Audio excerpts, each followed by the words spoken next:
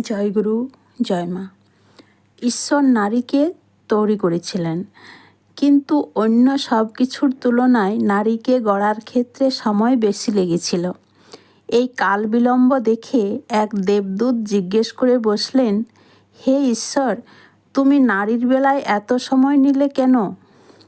জবাবে ঈশ্বর বললেন, তার সাথে কতগুলি বৈশিষ্ট্য জুড়ে দিয়েছি, তা কি দেখেছ?